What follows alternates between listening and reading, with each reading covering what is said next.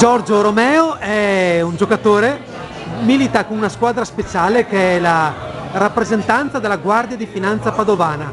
Ecco, qual è il significato della partecipazione della Guardia di Finanza al Together for Kids?